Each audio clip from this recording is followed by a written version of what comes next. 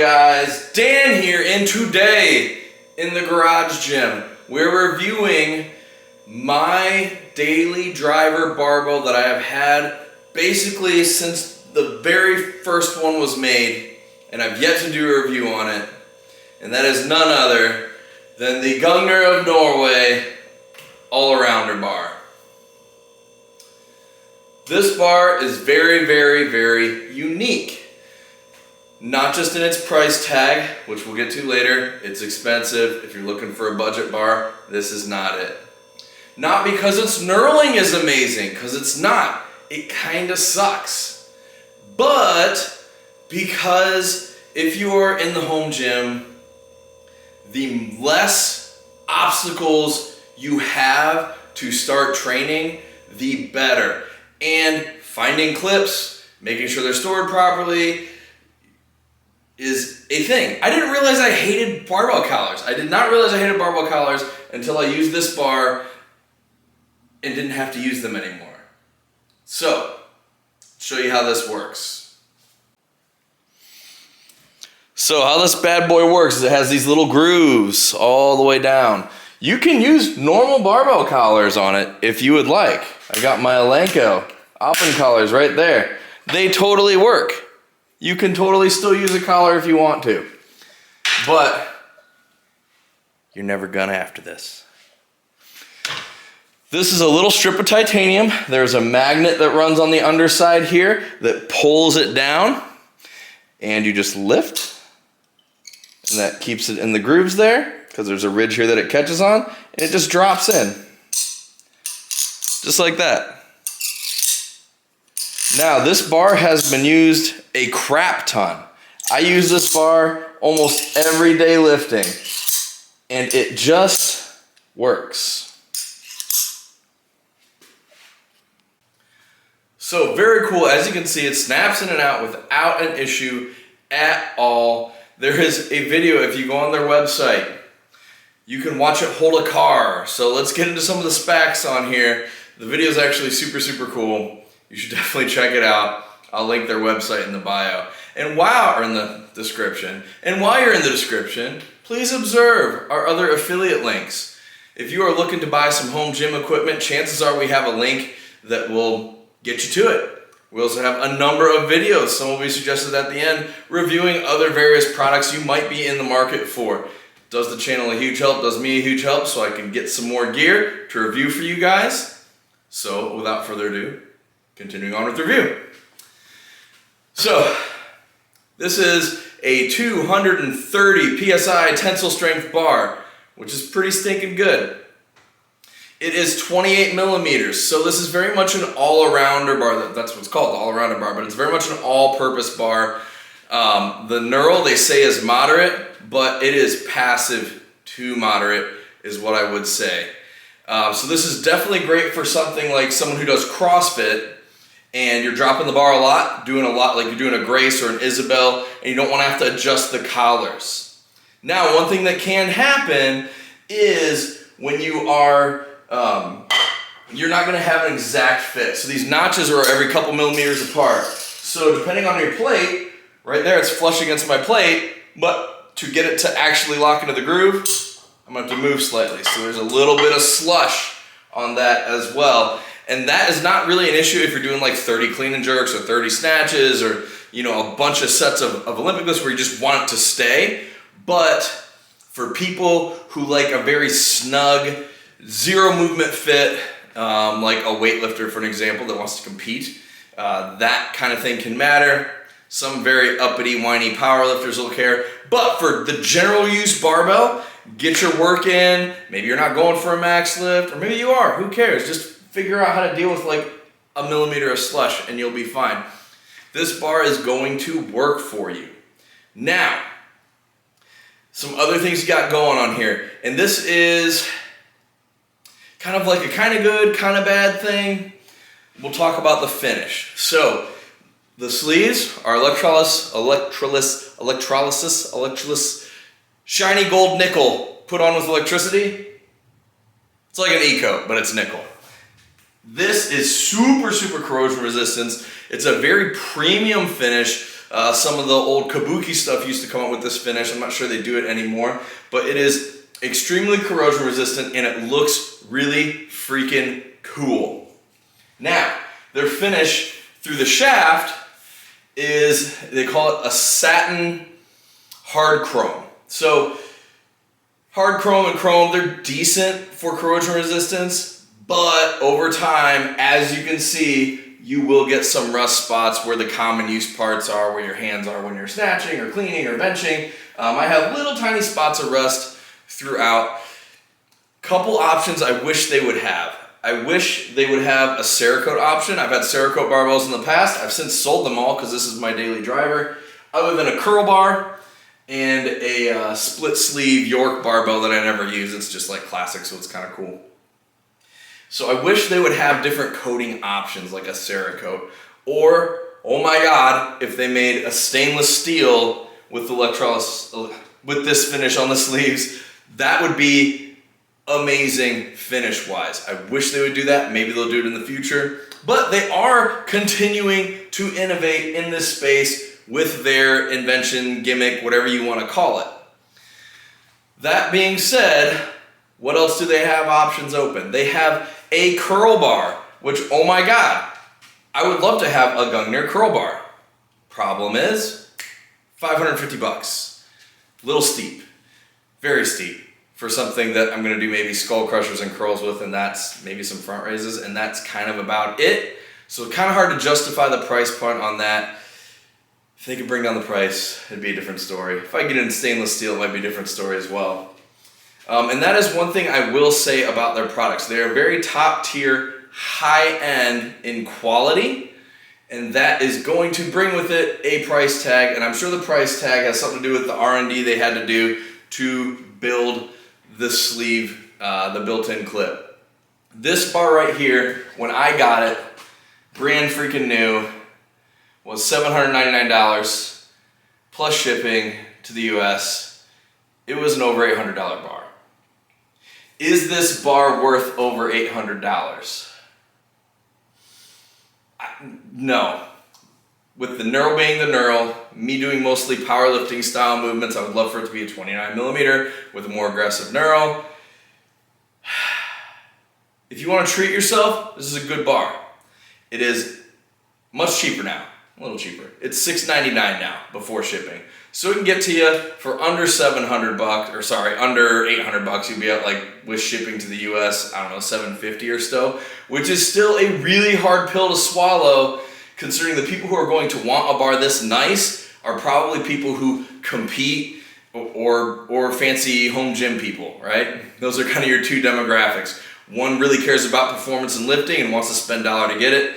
One probably, chances are, doesn't even lift, but they like having nice things. That's kind of the two spectrums that are happening. So with that, there's a couple things that I feel like they need to do to make this bar even better, or this concept even better, and there's a lot of ways to go about it. First, I wish they would develop their bars in a very different order. So just to give you an idea, the first thing they came out with was here, the Allrounder. The second thing were the Dumblers, which is actually a very, I'm right here behind me, a very good solution to an adjustable dumbbell. Because the thing you always worry about is dropping plates on your head when you're pressing, and you don't have to do that here, because again, they got that slide lock. So I think their first two products were the correct first two products. It's what they did after that that drives me fucking bananas. They came out with a standard barbell.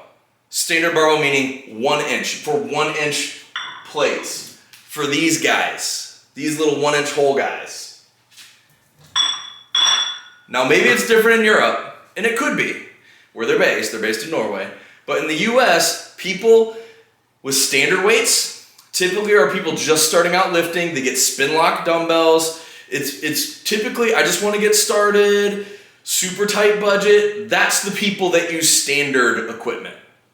Anyone who gets into actually lifting weights goes to 2 inch hole plates. They go to Olympic sleeved barbells and Olympic sleeve things. They get the 2 inch thing. So why they would spend all that research and development on basically a standard all-arounder and a standard dumbler boggles my mind. The type of person, at least in the US, and I guarantee the US is most of their sales because the US is like everybody's sales because we just spend everything we have. I'm not sure why they made that call. I don't think it was a good call. And then the next development was the curl bar. Again, I like it, but they're trying to market, if you look at their marketing on their website, they are trying to market to commercial gyms. Commercial gyms will overpay for some shit. And I'm sure they like the idea of their members being safe for insurance claim reasons, and a built-in collar is a great way to do that after people understand how to use it. But if you outfit your whole commercial gym with Gungnir stuff, then everybody's going to figure it out after a day or two, and it'll be great. But I feel like they're missing a huge demographic in the small boutique kind of gyms, which tend to cater to powerlifters or weightlifters, and the home gym space where people will buy really nice shit, but they want like 2-inch stuff. There's general fitness people that do home gym, but there is a lot of strength athletes that do home gym things as well. If they would have catered to a 29 millimeter power bar with an aggressive knurl, I think they would have sold out. They should do that still.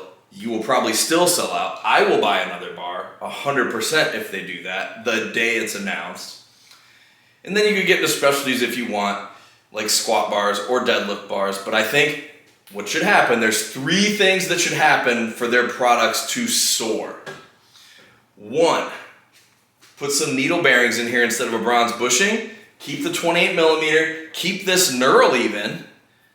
Maybe a touch more aggressive, but this knurl would be fine. I use it for Olympic lifts and it's great. And market it to weightlifters as a weightlifting bar. Actual spin, actual smooth rotation on the barbell sleeve. That could be a pretty big market, but I also know weightlifters, with it being a big, very precise movement, are not gonna love that slush factor, but it's a thought. What I think is an even better option though is, dear Lord, 29 millimeter, aggressive knurl power bar, do that. But then the third thing that I think would do extremely well is a safety squat bar. Safety squat bars are probably between them and a deadlift bar, the most common specialty bar you will see in boutique gyms, in home gyms. Safety squat bars are hot, and this would be a very big differentiator. If they would take kind of like Rep Fitness's safety squat bar, they get the knurl handle up there, maybe they electrolysis nickel it, get those sleeves on there. You can have a thick, shitty bar here. You don't even have to knurl it. Just make it a little beefier. That would sell like hotcakes. I guarantee that would sell. I think those 3 items could be very good earners for Gungnir. I'm not the boss. I do have an affiliate link below though. Definitely check it out through there. The last thing I would say that would be just the perfect move for them. The perfect move for them would be to subscribe to my channel and like this video. That would help them a lot, and you should do the same thing. But the actual thing they should do is take this patent or whatever they got going here that's theirs that no one else can use, license it to someone like Rogue, license it to someone like Rep, license it to Alenko. Like, license it out and let them scale your distribution. They will, as a business owner, make a ton more money if they partner with one of these companies with this than they will doing it through their own devices.